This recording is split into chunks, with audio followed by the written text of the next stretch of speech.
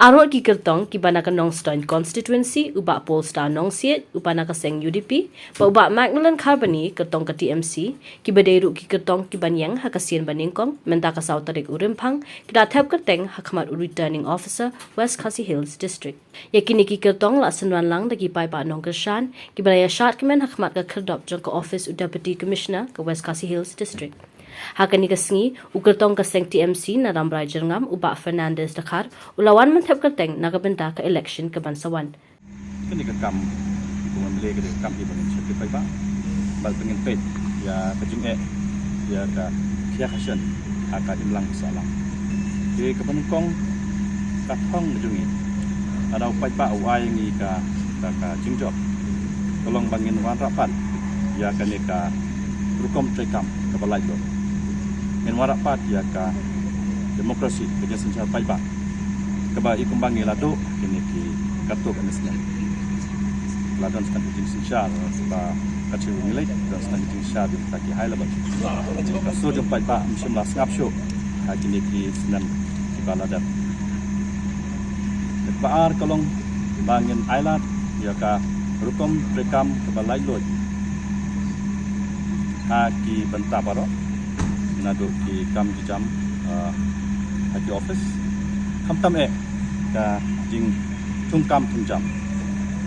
lada ka party jumi ki pai ba ki ai bangin yo ya ka jing sencha ya ka jing job ke bandeng kong na kaleng junga kolong bangan ai lat ka jing cekam ka balai lot jing i junga kalong ba kumno ban penkiu hakaliang ka belas ni man lagi snong ki kau kam tam li yaki samla ni syam bagi bon ki jing bagi mat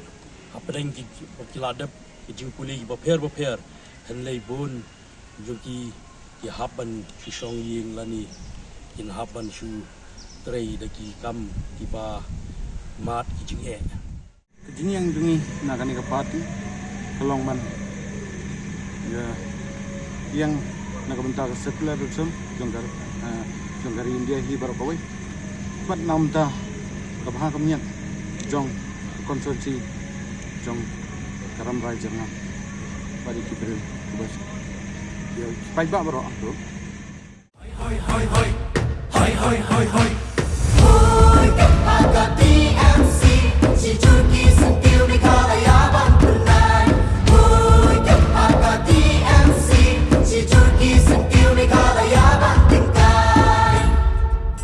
Rilum jungi mentala dei kapor ka jingkela kisur ngin pen sawalawan kapor ka jingkela Rilum jungi mentala dei kapor ka jingkela kisur ngin pen sawalawan kapor ka jingkela